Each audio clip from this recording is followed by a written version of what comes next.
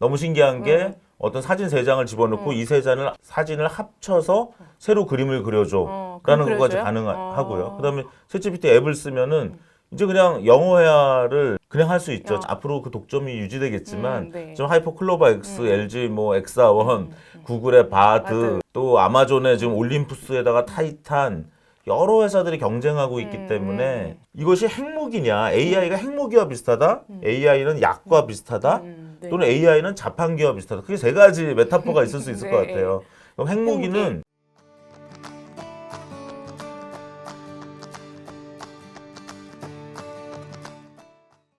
와인처럼 잘 익은 뉴스를 균형감 있게 전해드리는 경향시소. 저는 경향신문 기자 시사소믈리에 임지선입니다. 오픈 AI가 생성형 인공지능 챗 GPT를 내놓은 지 1년이 지났습니다. 그 사이 GPT-4까지 발전을 했고 다른 빅테크 업체들도 생성형 AI 개발에 박차를 가하면서 경쟁이 치열해졌습니다.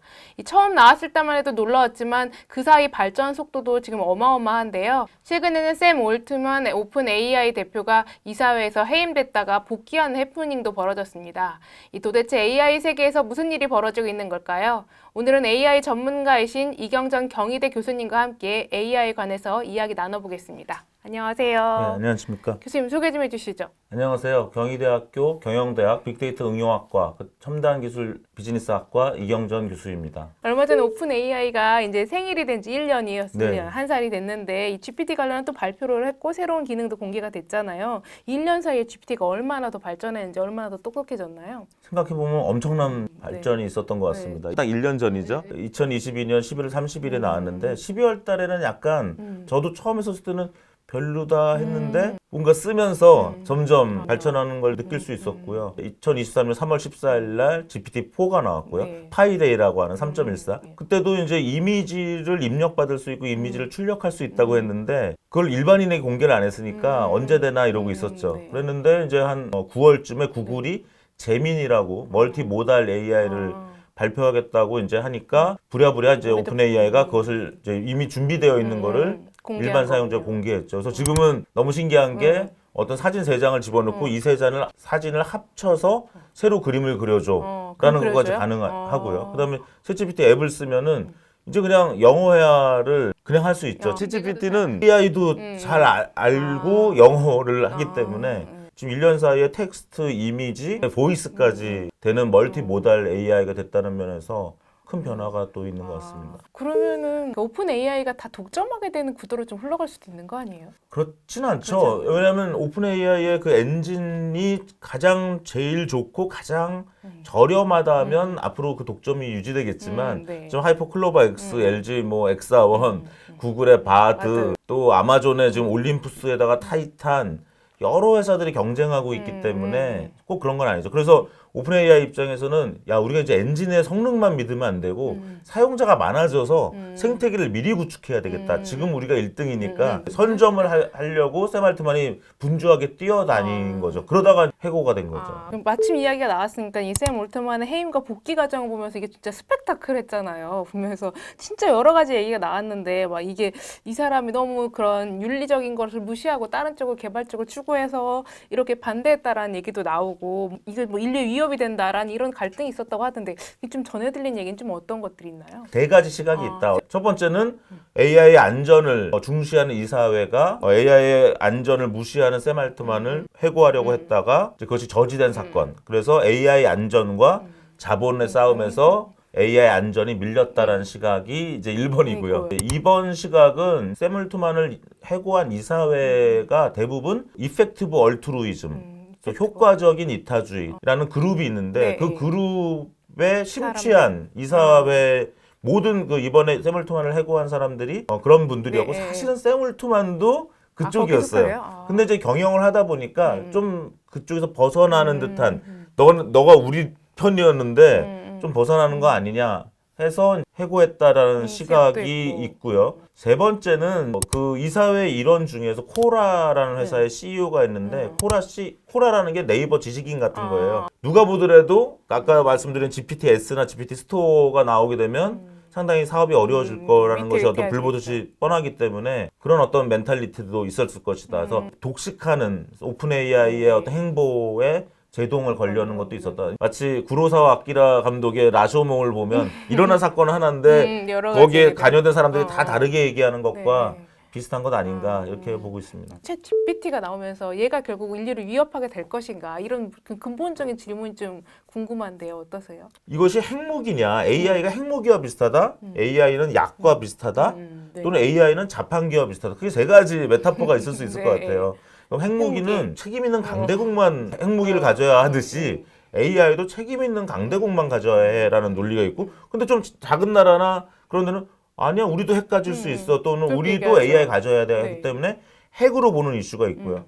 약으로 보는 이슈는 야, 약이라는 거는 뭐 미국도 FDA가 있고 우리나라도 보건복지부가 그게 다 심사하지 않냐. 네. 그 철저한 그런 임상 실험을 통해서 검증하고 나와야 된다. 윤리적까지 그래서 이 약과 통과하고. 같다. 약이라는 거 뭐냐면 이제 부작용이 있잖아요. 그렇죠. 그러니까 AI가 부작용이 있기 때문에 어떤 부작용이 있을지 모르니 그래야 된다라는 것이 있고요. 네. 뭐 자판기 같은 거는 뭐냐면 얘는 아무런 생각도 없으니까 우리가 돈을 내고 시키면 일을 하는 애야. 근데 얘가 아웃풋 나오는. 자판기가 우리를 옆에? 위협한다고? 뭐 이런 이제 네. 여러 생각이 있을 수 있는데 AI가 우리를 침공한다라는 거는 네. 사실은 이제 닉 보스트롬 같은 사람이 쓴 슈퍼 인텔리전스라는 네. 책이 있는데 거기서는 뭐라고 하냐면 AI가 똑똑해지다 보면 우리가 어떤 세상을 위해서 장기적으로 해야 될 생각을 한번 해봐.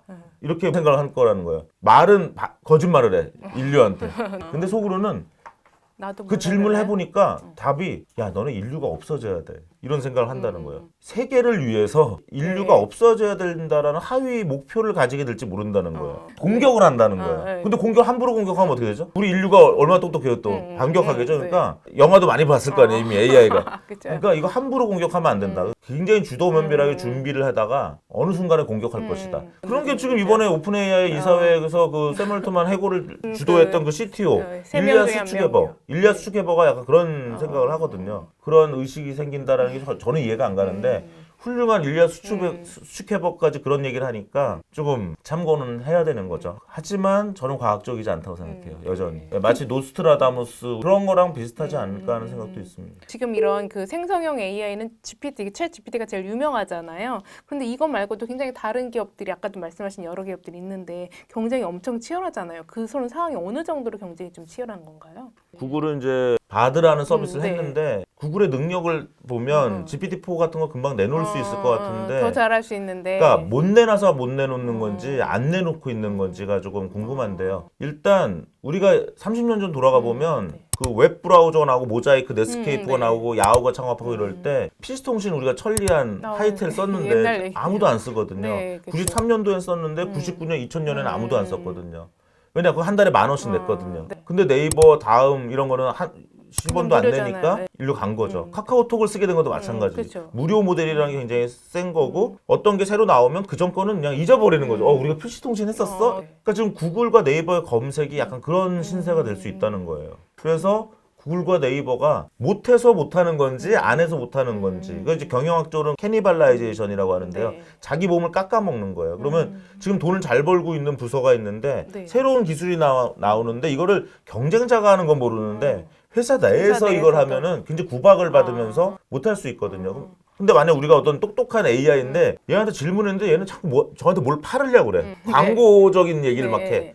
그러면 하겠습니까? 안 하겠죠. 그러니까 그래서 챗GPT가 광고를 안 하고 있는 거거든요. 네이버와 구글은 광고 모델, 페이스북도 광고 모델로 살고 있는데 그러니까 열심히 할 인센티브가 열심히 할수록 그리고 현재 AI 엔진 돈이 훨씬 많이 들어요. 검색 엔진이나 페이스북 시스템을 돌리는 것보다. 네. 그러니까 돈도 더 많이 들고 아직은 수익 모델도 결정이 안 났기 때문에 이런 회사들이 안 하고 있는 거죠. 검색 엔진과 이 생성형 AI는 얘가 왜 돈이 더 많이 들어요? 검색 엔진은 뭐 데이터베이스 비교보면. 기술이라고 해야 되나요? 검색 엔진도 처음엔 돈이 많이 들었겠죠. 그죠. 하지만 새로운 웹사이트가 나오면 그 웹사이트 내용을 긁어와서 스크래치하고. 엔진에다 놓고 고객이 어떤 걸 물어보면 그 단어가 있는 꺼내주는 걸 거예요? 연결하는 네. 그게 이제 페이지 랭크라는 알고리즘인데 페이지 그걸로 이제 그걸로 구글이 고쳐갖고. 나온 건데 지금 이 AI 엔진은 트랜스포머라는 역시 구글이 개발한 2017년에 나온 논문을 가지고 이제 만든 건데 학습하는데 현재 수백억이 들죠. GPT 3.5 같은 경우 네. 한 수백억, 그다음에 GPT-4는 1,000억 이상이 들었을 거라는 거거든요. 근데 재밌는 건 2030년이 되면 60년 지금 네, 7년 뒤에? 챗GPT의 학습 비용이 85달러라는 논문이 최근에 나왔어요. 그러니까 10만 원이면 이게 지금 점점 강력한 떨어지는 AI를 학습시킬 수 있다. 우리가 좀 더 기다리면 2030년쯤 되면 그냥 최고의 AI들을 다 우리 스마트폰 뭐 이런 데 다 갖고 있을 것이다. 그래서 그때 가면 또 오픈 AI 수익 모델이 없을 수 있죠. 그래서 그러게요. 오픈 AI도 미래를 뭐 보고 이렇게 계속 가는 게 아니라 오늘 현재 기업이라는 건 다 그런 겁니다. 뭐 몇 년 후에 어떻게 될지 몰라요. 그러니까 지금 열심히 하고 지금 기술 개발하고 비용 줄이고 매출 늘리고 하면서 계속 가는 과정에 있는 거죠. 이렇게 똑똑해진 AI 보면 실생활에서 되게 많이 쓰일 것 같은데 그럴듯하게 거짓말한다고 하잖아요. 할루시네이션이란 이런 문제 같은 경우 좀 어떻게 해결할 수 있을까요? 일반 사람들도 거짓말하잖아요. 그렇죠, 가짜 뉴스도 많고. 그런 거에 비하면 일반 사람들이 거짓말하는 거에 비하면 저는 얘가 꽤 양심 있는 애예요. GPT-4가 지금 현재 스탠포드대 학부생 수준이거든요. 내년에는 네. 후년에는 하다 보면 이제 우리가 흔히 말하는 초지능 같은 게 나올 수도 있다. 나보다 훨씬 훌륭한 애가 나올 수 있는데 저는 너무 행복할 것 같아요. 좋을 것 같으세요. 나보다 훌륭하면 좀 자동차를 우리가 왜 탑니까? 나보다 빨리 달리니까 타잖아요. 그렇죠. 비행기도 네. 마찬가지고. AI도 나보다 더 빨리 글도 잘 쓰고 하는 애가 나오면 얘를 잘 활용해서 활용해.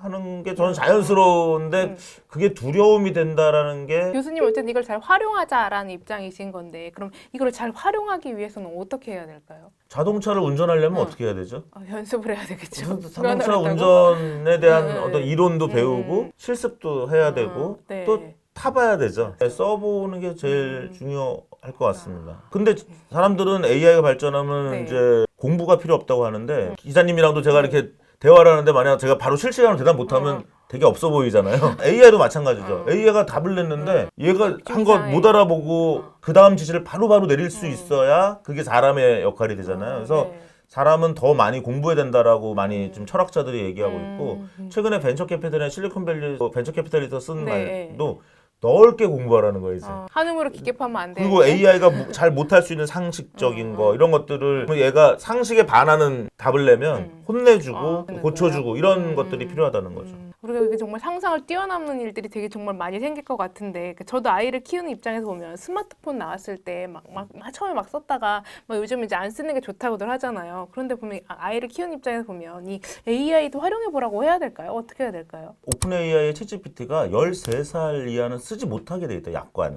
쓸 때는 보호자가 옆에 있어야 된다. 그것이 이제 가장 적절한 사용 방법인 것 같고요. 저는 오히려 더 중요한 교육이 이게 도구다. 근데 얘가 할루시네이션이 없고 거짓말을 안 하고 오직 진실만을 말할 때 얘를 써야 된다라고 주장하시는 분인데 저는 오히려 얘는 마치 7살 애들 친구 사귀다 보면 거짓말하는 애 할수 있고 있죠. 예. 틀린 말 우기는 애 있고 이런 것처럼 AI도 그렇다는 거를 인식시키는 게 오히려 더 중요한 교육이다. 저는 안 쓰게 하는 거면 하는 게 좋다고 보고 있고 제일 중요한 건 얘는 도구다. 너의 우리가 쓰는 친구이지만 거. 너의 도구야. 너가 어떻게 쓰느냐에 따라 다 달라져. 우리가 어린아이들도 칼이라는 거를 조심스럽게 얘기하는 것처럼 그렇게 얘기를 하면서 하는 교육이 더 중요하지 않을까 생각합니다. 잘 활용해야겠네요. 알겠습니다. 오늘 말씀 여기까지 듣겠습니다. 감사합니다. 네, 고맙습니다.